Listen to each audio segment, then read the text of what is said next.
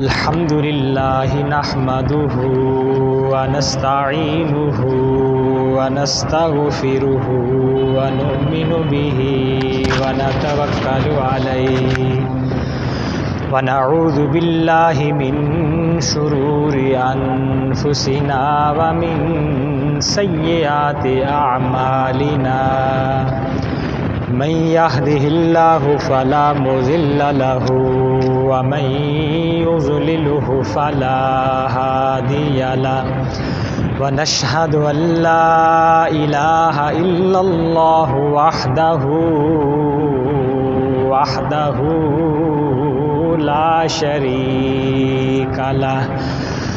لا شريك له ولا نظير له ولا مشير له ولا معين له ونشهد أن سيدنا وسندنا وحبيبنا وشفيعنا ومحبوبنا محمدا عبده ورسوله أما بعد فأعوذ بالله من الشيطان الرجيم بسم الله الرحمن الرحيم اعلموا أنما الحياة الدنيا لعب ولهو وزينة وتفاخر بينكم وتكاثر في الأموال والأولاد صدق الله العظيم.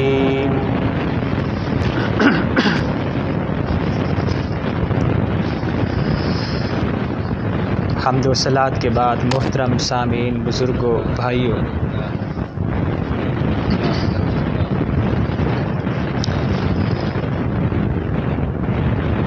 قرآن مجید کی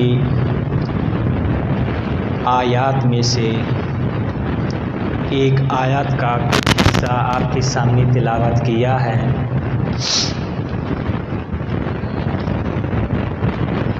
جس میں اللہ تعالی شانہ دنیا کی حقیقت اور آخرت کی حقیقت بیان فرما رہے ہیں،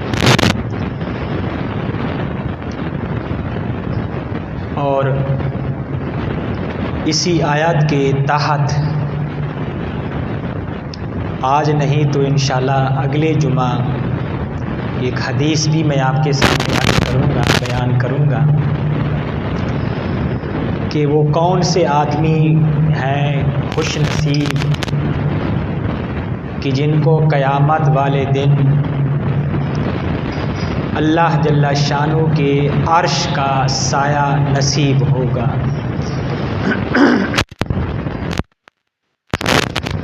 اللہ جل شانہ نے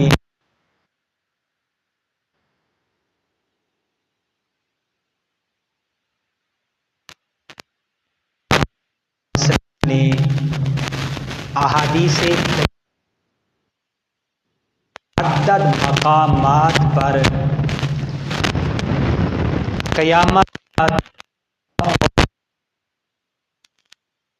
تباہی اور قیامت کی ہولناکیوں کو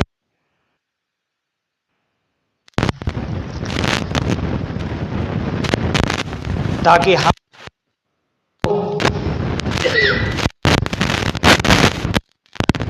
ان قیامت کی ہولناکیوں سے محفوظ رکھ سکیں اور جن احکامات کے مطابق ہم زندگی گزاریں اور پھر کل قیامت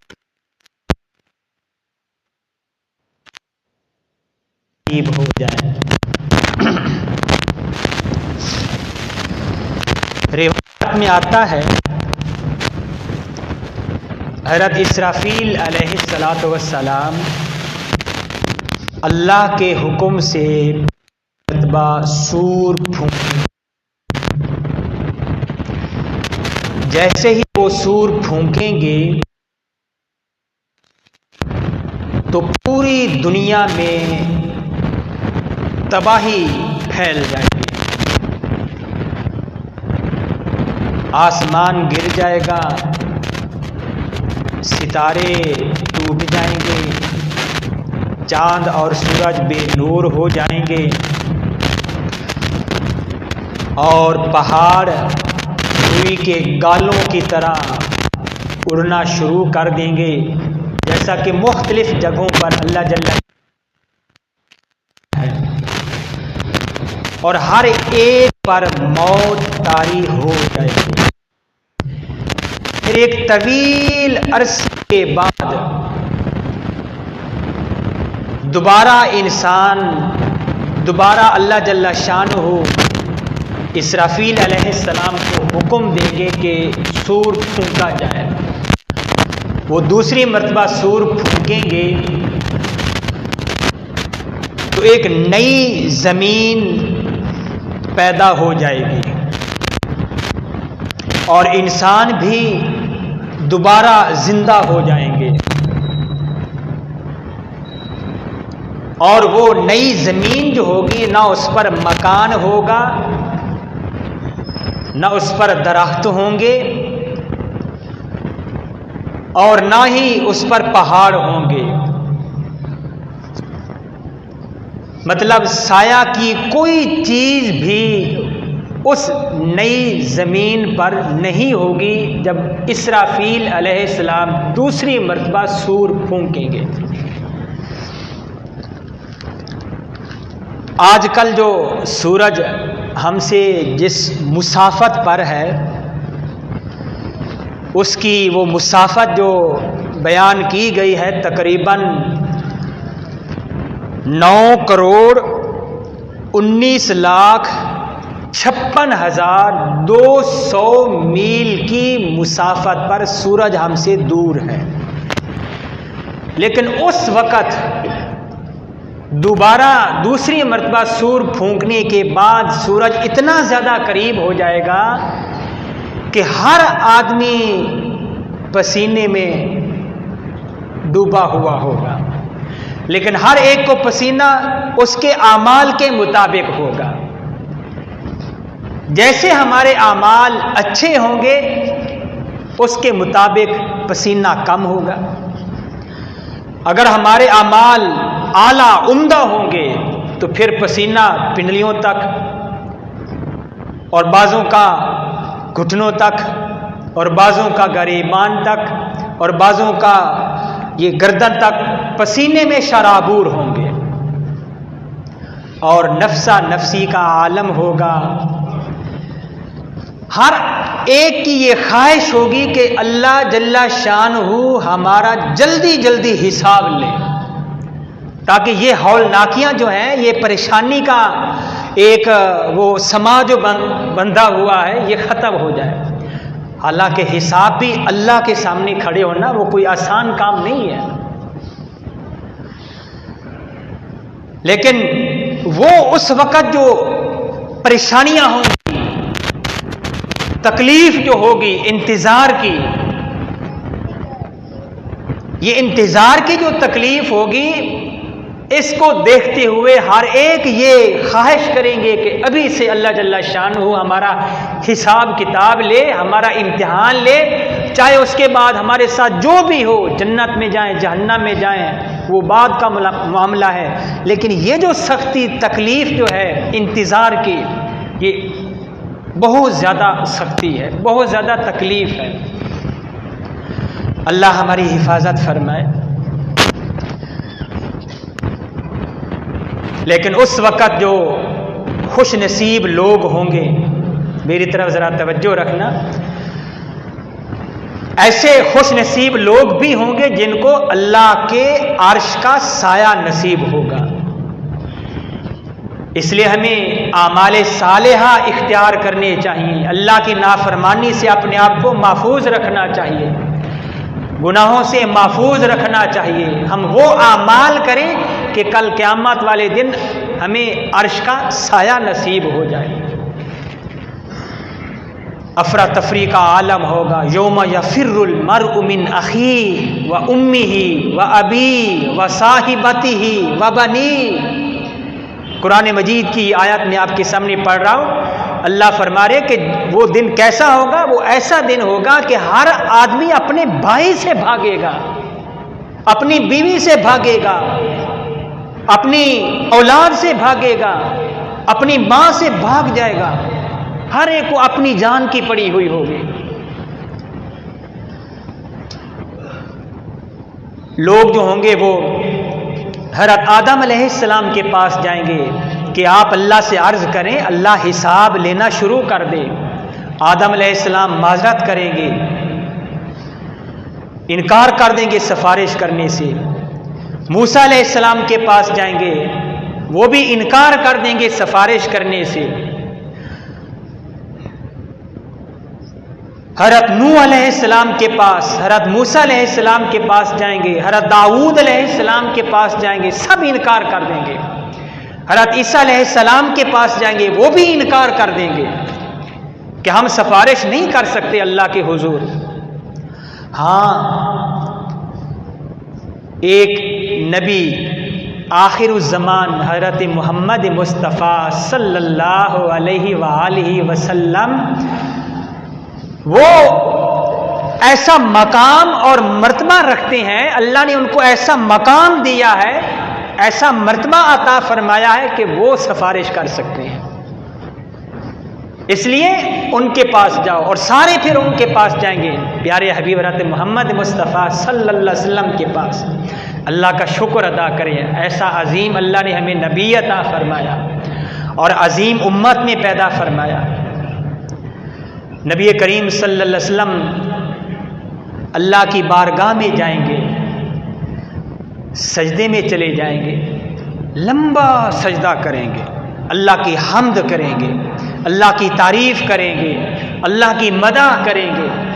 اللہ جل شانہ فرمائیں گے، یا محمد صلی اللہ علیہ وسلم ارفع رأسک، اپنا سر مبارک اٹھائیے. قل تسمع، جو بھی کہو گے آپ کی بات سنی جائے گی. سل توتا، جو مانگو گے آپ کو دیا جائے گا. اشفا تشفا، جس کے بارے میں بھی سفارش کرو گے آپ کی سفارش قبول کی جائے گی. آپ اپنا سر مبارک اٹھائیں گے، اللہ جل شانہ سے عرض کریں گے، یا اللہ لوگ پریشان ہیں، حساب جلدی شروع کیا جائے. نبی کریم صلی اللہ علیہ وسلم، بلکہ اما عائشہ صدیقہ رضی اللہ تعالیٰ عنہ فرماتی ہیں، نبی کریم صلی اللہ علیہ وسلم جب نماز پڑھتے تو نماز میں اکثر اکیلے جب نماز پڑھتے تھے تو اکثر آپ یہ دعا فرمایا کرتے تھے، اللہم حاسبنی حسابا یسیرا، اے میرے اللہ میرا حساب آسان لینا. اما عائشہ صدیقہ رضی اللہ تعالیٰ عنہ فرماتی ہیں، فلما انصرف النبی صلی اللہ علیہ وسلم عن الصلاۃ، جب نماز سے فارغ ہو جاتے تو میں نے آپ سے پوچھا، یا رسول اللہ وہ حساب آسان کیسا ہوگا؟ تو آپ نے فرمایا، آسان جو حساب ہوگا وہ ایسے ہوگا کہ اللہ جل شانہ کے سامنے نامہ اعمال رکھا جائے گا.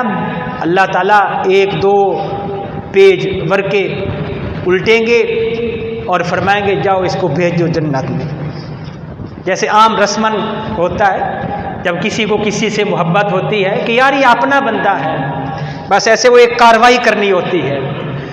یہ رسمن گویا کہ وہ ایک حساب ہوگا، حساب تو ہونا ہی ہونا ہے، لیکن ڈر تو بہرحال ہوگا، نہ جانے پتہ نہیں ہمارے ساتھ کیا ہوگا. جیسے دنیا میں ہمارا امتحان ہو تو امتحان سے پہلے تیاری کا مرحلہ جو ہوتا ہے بڑا تکلیف دہ ہوتا ہے، لیکن جب امتحان ہو جاتا ہے، پھر جب رزلٹ آتا ہے، نتیجہ جب ہمارے سامنے آتا ہے تو پھر ہمیں وہ خوشی ہوتی ہے جب کامیاب ہو جاتے ہیں. اور اگر ناکام بھی ہو جائیں دنیا میں تو دوبارہ ہم محنت کرتے ہیں کامیاب ہونے کے لیے. تو یہ آسان حساب ہوگا، لیکن اللہ کی رحمت بھی پھر اس وقت بہت زیادہ ہوگی.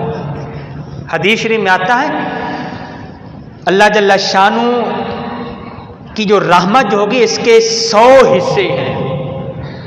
ایک حصہ رحمت کا اللہ نے بسا فی الخلائق ساری مخلوق میں پھیلا دیا. اس ایک حصے کی وجہ سے ماں باپ اپنی اولاد پر رحمت کرتے ہیں، جانور اپنے بچوں پر رحمت کرتے ہیں، جتنی بھی مخلوقات ہیں اپنے اپنے وہ بچوں پر اولاد پر رحمت کا معاملہ کرتے ہیں اس ایک حصے کی وجہ سے. لیکن باقی 99 حصے وَأَدْخَرَ اللہ جل شانہ نے لِأَوْلِيَائِهِ اللہ نے باقی 99 حصے اپنے پیاروں کے لیے ذخیرہ کر کے رکھے ہیں. کل قیامت والے دن اللہ جل شانہ پھر وہ رحمت فرمائیں گے. میں مطالعہ کر رہا تھا، آپ نے سنی ہو تو وہ اللہ جل شانہ سارے نبیوں کو اپنے پاس بلائیں گے. ہر ایک نبی سے فرمائیں گے کہ اپنی اپنی امت کے کچھ لوگ نمونے میرے پاس لے آؤ. سارے نبی اپنی اپنی امتوں میں جائیں گے. نبی کریم صلی اللہ علیہ وسلم بھی اپنی امت کے پاس جائیں گے اور بڑے پریشان اور غمگین ہوں گے. صحابہ کہیں گے یا رسول اللہ آپ کیوں پریشان ہیں، آپ کیوں غمگین ہیں؟ صحابہ تو جانتی ہیں یہ تو ہمارا ایمان ہے. اللہ نے فرما دیا رضی اللہ عنہم ورضوا عنہ. وہ الگ بات ہے کہ کوئی بدبخت اپنی زبان خراب کرے، وہ تو منتخب شدہ لوگ ہیں، اللہ کے پیارے ہیں. تو نبی کریم صلی اللہ علیہ وسلم فرمائیں گے کہ اللہ نے یہ فرمایا کہ اپنی امت کے چند لوگ نمونے میرے پاس لے آؤ. کس کو میں لے کر جاؤں، کیسے لے کر جاؤں، اللہ کے سامنے میں کیسے پیش کروں گا؟ صحابہ کہیں گے یا رسول اللہ ہم آپ کے عاشق تھے، اپنی جانیں قربان کرنے والے تھے، اور آپ کے عظیم عظیم لوگ امتی ابو بکر ہے، عمر ہے، عثمان ہے، علی ہے، صحابہ کرام ہیں، خلفاء راشدین، صحابہ کرام، آپ کے اولیاء اللہ، بڑے قطب، ابدال، غوث، کسی کو لے کے جا سکتے ہیں اور جس کو بھی لے کر جائیں گے اللہ خوش ہو جائیں گے، اللہ قبول کر لیں گے. نبی کریم صلی اللہ علیہ وسلم مطمئن ہو گئے. آپ لے کر گئے خلفاء راشدین کو. جب اللہ کے پاس لے کر گئے، لے کر جائیں گے تو اللہ تعالیٰ فرمائیں گے کہ یہ آپ کیا لے کر آ گئے؟ میں نے تو یہ نہیں کہا تھا کہ آپ ان کو لے کر آئے.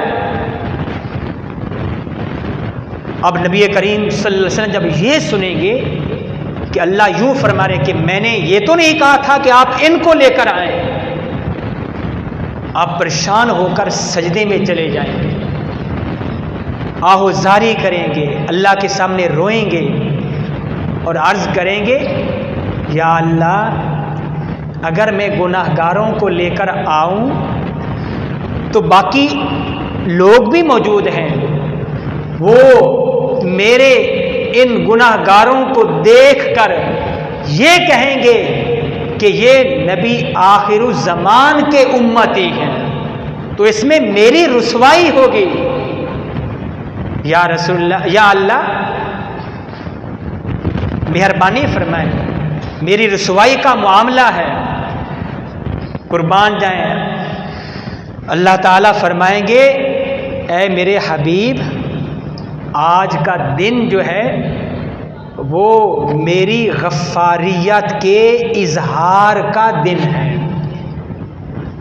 معاف کرنے کا دن ہے. یہ تو پہلے سے بخشے ہوئے ہیں، ان کو میں نے معاف کیا ہوا ہے، ان پر میری غفاریت کیسے ظاہر ہوگی؟ یہ تو پہلی بخشے بخشائے ہیں. اس لیے گناہ گاروں کو لے آئیے، ان لوگوں کو لے آئیے کہ جن کو میں نے نماز کا حکم دیا تھا لیکن وہ نماز پڑھنے نہ گئے.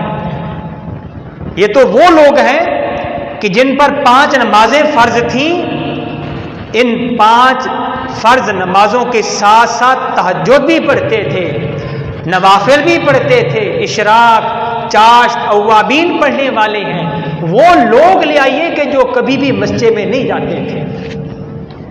یہ تو وہ لوگ ہیں کہ میں نے ان کو حکم دیا کہ میرے راستے میں صدقہ خیرات کرو، زکوٰۃ دو، روزے رکھو، تو یہ اس سے بھی بڑھ کر کیا کرتے تھے، نفلی روزے رکھا کرتے تھے، نفلی صدقات کیا کرتے تھے، زکوٰۃ سے بھی بڑھ کر کیا کرتے تھے۔ یہ تو بخشے بخشائے ہیں، اس لیے ان لوگوں کو لے آئیے کہ جو شاید عید والے دن بھی مسجد میں نہیں جاتے تھے۔ اب نبی کریم صلی اللہ علیہ وسلم بڑے خوش اور اپنی امت کے پاس پھر جائیں گے، اور صف بندی ہو رہی ہوگی گناہ گاروں کی، لیکن اللہ کے جو نیک بندے ہوں گے، کتب، ابدال، غوث، یہ سارے درجات ہیں، غوث، کتب، ابدال، اللہ کے اولیاء، یہ سارے یہ درجات ہیں اللہ کے نیک بندوں کے۔ تو اب وہ بھی ان کے ساتھ شامل ہو جائیں گے گناہ گاروں کی صف میں، تاکہ جیسے ان پر اللہ کی رحمت ہو، ان پر اللہ کی غفاریت کا اظہار ہو، ہمارے اوپر بھی اللہ کی غفاریت کا، اللہ کی بخشش کا، اللہ کی مغفرت کا ہمارے اوپر بھی اظہار ہو جائے۔ تو میرے عزیزوں، وہ ایک ہمارے بہت بڑے بزرگ گزرے ہیں، مولانا احمد سعید دہلوی رحمۃ اللہ علیہ، ان کا ایک شعر بھی ہے، وہ فرماتے ہیں اپنے شعر میں، وہ کرشمے شان رحمت نے دکھائے روز محشر میں، وہ کرشمے شان رحمت نے دکھائے روز محشر میں، چیخ اٹھا ہر گناہ گار میں ہوں گناہ گاروں میں، کہ میں بھی گناہ گاروں میں، ہر بے گناہ جو ہوگا وہ بھی چیخ اٹھے گا کہ میں بھی گناہ گاروں میں، بے گناہ جو ہوں گے، اس وقت اللہ کی رحمت ٹھاٹھے مار رہی ہوگی۔ ایک بات کی میں یہاں پر وضاحت کر دوں، اصل جو چیز ہے وہ ہے اللہ کا حکم کیا ہے، اس کے مطابق ہم نے زندگی گزارنی ہے۔ اس لیے ہمیں یہ بھی خیال نہیں ہونا چاہیے کہ بس اب ہم سب کچھ چھوڑ دیں، ہمیں کیا پتا کہ ہمارے اوپر اللہ کی رحمت ہوگی یا نہیں ہوگی، لیکن اللہ کے احکام کے مطابق، نبی کے طریقوں کے مطابق جب زندگی گزاریں گے تو پھر ہمیں یقین ہونا چاہیے کہ اللہ کی رحمت ہمارے اوپر بھی متوجہ ہوگی۔ اس لیے یہ خیال ذہن میں نہ لائیں کہ اب سب کچھ ہم چھوڑ دیں، اصل جو ضابطہ ہے وہ اللہ کے احکامات کے مطابق زندگی گزارنا ہے۔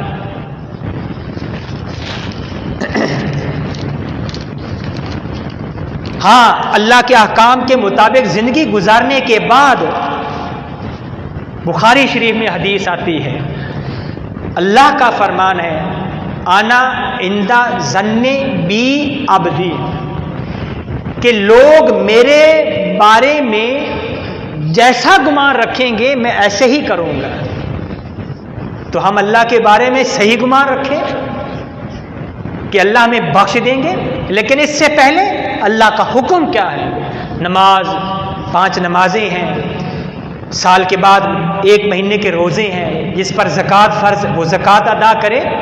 یہ احکام جو ہے یہ ضروری ہیں، فرض واجب ہے، جیسے نبی کریم صلی اللہ علیہ وسلم کا وہ فرمان ہے، آپ زندگی گزار کر گئے، صحابہ زندگی گزار کر گئے۔ تو اللہ کے احکام پہلے، اور پھر اس کے بعد یہ یقین ہو، یہ امید ہو اللہ کے بارے میں کہ انشاءاللہ تعالی اللہ کی رحمت ہمارے اوپر بھی متوجہ ضرور ہوگی، اللہ ہمیں بھی ضرور معاف کر دیں گے، کیونکہ اللہ کے احکام کے مطابق ہم زندگی گزار کر گئے۔ تو بہرحال اللہ کی رحمت جو ہوگی وہ بہت زیادہ اللہ کی رحمت ہوگی، اور اس میں حقوق العباد، حقوق اللہ، نماز، روزہ اور حقوق العباد یہ ضروری ہیں۔ کسی کا حق دینا ہے، وہ قیامت والے دن اگر ہم یہاں پر حق نہیں دیں گے تو پھر اس کی تلافی بھی کرنی پڑے گی، اور وہاں پر تلافی کیسی ہوگی؟ وہ اعمال کے ذریعے سے ہوگی. وہاں پیسے تو ہوں گے نہیں، وہاں کی کرنسی اعمال صالحہ ہے. اس لیے یہ بھی ہمیں یہ اس غلط فہمی میں مبتلا نہیں ہونا چاہیے. تو اللہ جل شانہ کی رحمت جو ہوگی وہ بے بہا اللہ کی رحمت ہوگی. حدیث میں آتا ہے حاسبو قبل ان تحاسبو، کہ اپنا حساب کتاب کر لو اس سے پہلے کہ تمہارا حساب کتاب لیا جائے. ہم دنیا میں اس دنیا کی زندگی میں اپنا محاسبہ کرتے رہیں، اپنا حساب کتاب کرتے رہیں کہ ہم سے کہیں اللہ کی نافرمانی تو نہیں ہو رہی.